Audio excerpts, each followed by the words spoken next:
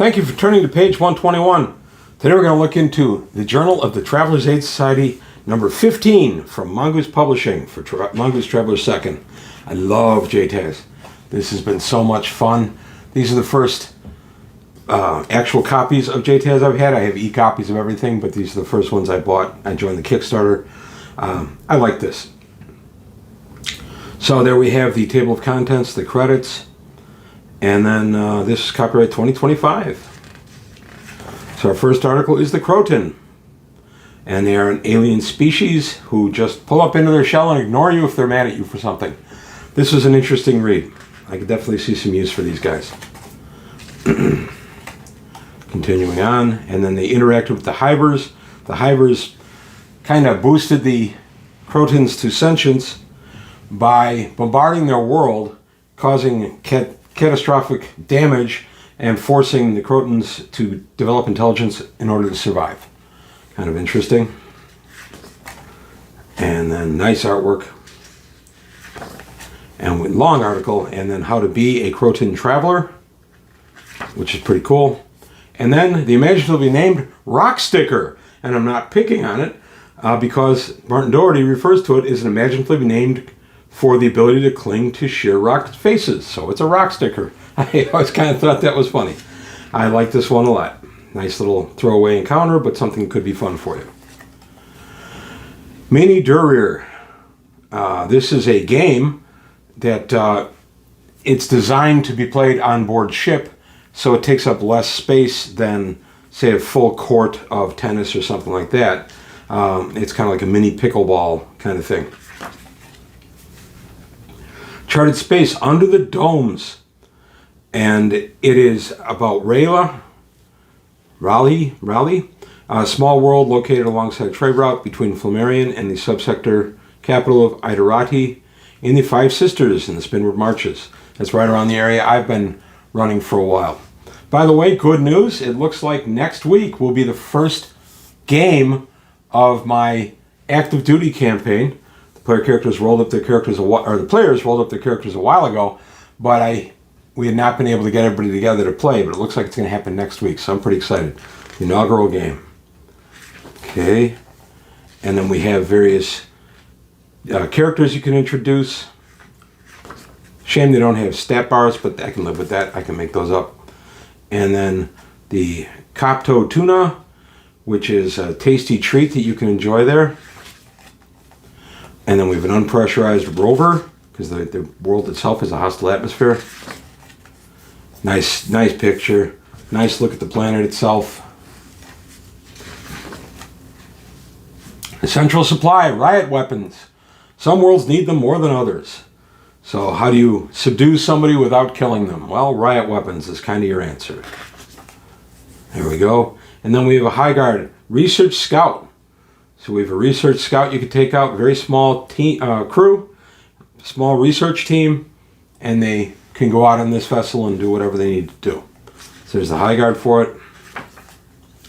Then we have the Weed Harvester, another bestiary, and the Rock Ape, another bestiary. I like JTAS because they clump stuff like this together. If you're setting up a game real quick and you want to just use something out of it, here's a good way to do it. And then some nice artwork of the Rock Apes. And then we have the High Guard for the Nymph Provincial Merchant. It's an interstellar trade vessel commonly encountered in the Reavers Deep region. Lots of Reavers Deep in this. One thing I would love to see Mongoose do would be to go with the theme on some of these, on some of the JTASs. Instead of just doing articles, this one seemed to have a little bit more of a Reavers Deep kind of feel. And there is our High Guard for it, Tech Level 12 Merchant Vessel. And then we have System Data in the Deep. Referees accustomed calling up detailed information on any topic from the internet with just a few taps or clicks. Travelers in the deep would not be so confident.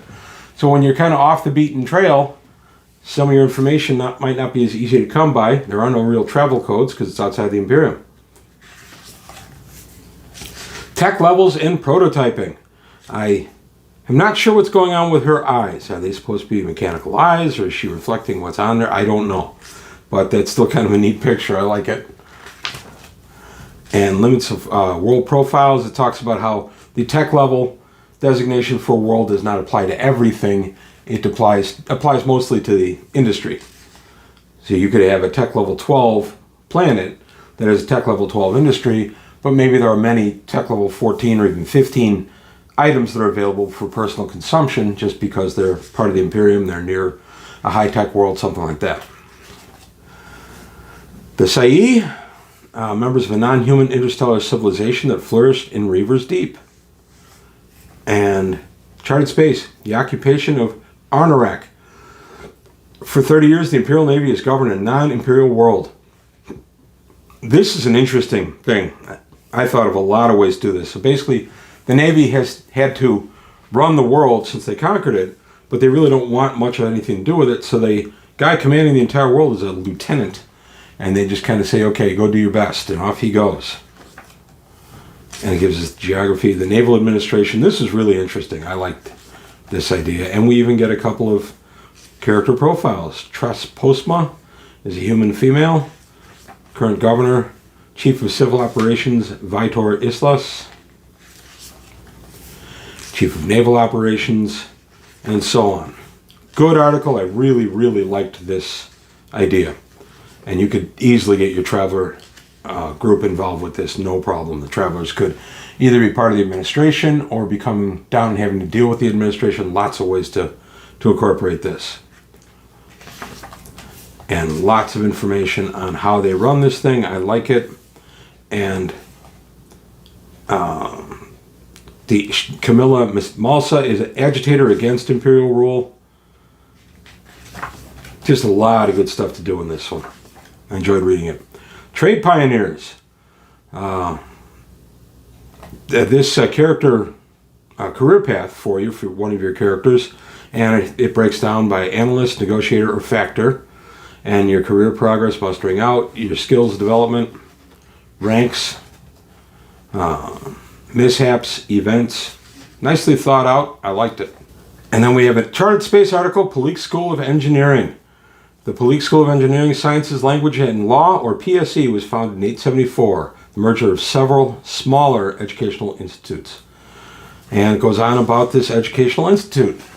Kind of a neat idea. I like this. Some different things I really don't think much about when I'm running Traveler. And then another charted space article, Parasites and Symbionts. I liked this one. There's a lot of nice fun stuff you could kind of throw in your Traveler's paths just as a little side game. The Stowworm, Neuropod Net, Tunneling Mites. These guys are nasty. They kind of set up in one of your arms or legs and just kind of burrow in. The only cure is to remove the arm or leg. That'd be really nasty. Corporate Thief. This is an encounter. The mark is Brad Cedron, wanted for theft. So this is a nice bounty. 70,000 credits alive. And here's your referee's information on how to find this corporate thief. And he's got all kinds of stuff set up in his little hideaway cabin. This could be a lot of fun, nice little sidetrack for you.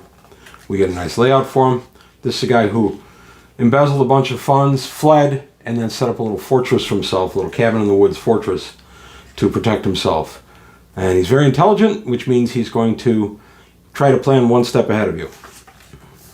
There's his hideout, his main house, garage, ground floor, first floor. This is all good. This would be a nice little bounty for a team.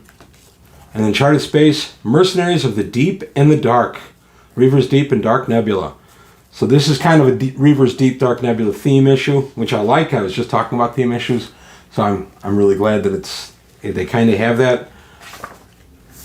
And there we go, the Caledonian Highlanders, and there's their table of organization. And then the Kaha Ayu, however you say that, it's an Aslan company, and another Aslan one. I'm not going to try to say.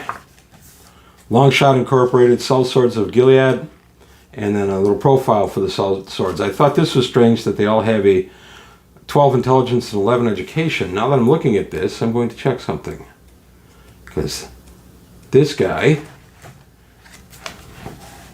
7, 8, 6, 12, oh my goodness, they took Brad Cedron's stats and put it in Sell Swords of Gilead. That's interesting. Ha! Little typo, if you will. Kind of a big one, but that's interesting. I wondered why everybody had a 12 intelligence. And then another Aslan company, Wolmaran's Black Jackets. They're an infamous Soleimani mercenary company in the Dark Nebula. Fortune favors the bold. This is a patron for you. This encounter is intended to help travelers transition from high and dry to mission to mithril. That's a neat idea. Those are two of the earlier events or adventures you want to throw your travelers into. And this is kind of one that helps you get from one to the other by taking this lady around, the Brynja Halden. She's a sword wielder, and she has lots of things that need doing. Stern Metal Horizons place you go to at one point. That's really cool.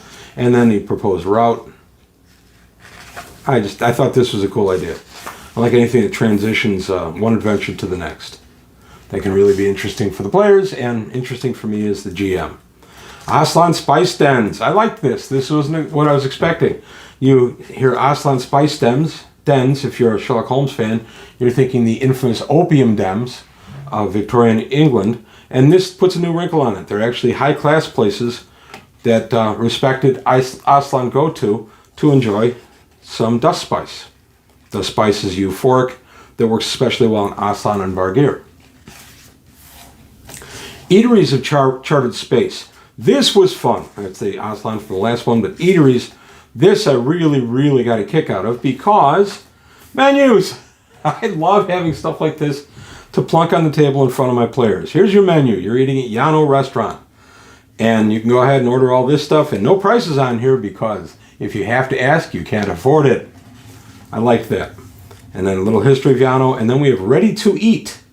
And it was started thanks to the mother of a belt miner in the Trojan Reach. And she used to pack lunches for her son, and then eventually her son and his friends.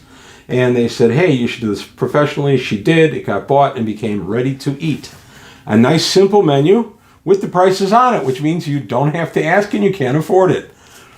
And then a bestiary for a sio. They're flightless animals, vaguely resembling a white, weazened, naked turkey with a long snout full of tiny, razor-sharp teeth. That's kind of neat. Providence Bulk Carrier, High Guard. And there's the stats for the ship. Nice little layout. And then we have Naval Patrol Stations.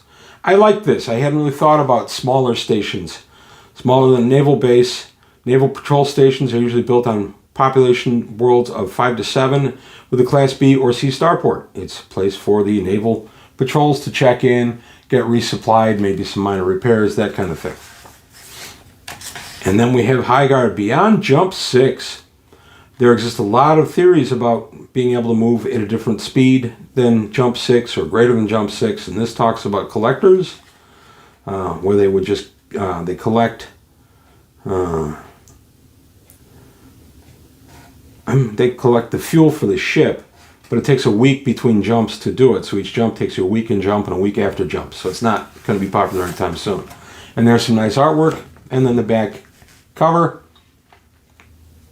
And there you go. That is JTAS number 15 from Mongoose. This was out last year as part of the Kickstarter. I know it's available for purchase by now. So if you get the opportunity, I recommend this issue. I liked it quite a bit. But that's all I've got to say today on page 121. I want to thank you for your time. Thanks for watching. Please leave me comments below. Like and subscribe if you enjoyed the video. Tell your friends. Also take a look at the Patreon, see if you can help me out there. But that's it for today. I want to thank you for your time, and I'll see you next time on page 121.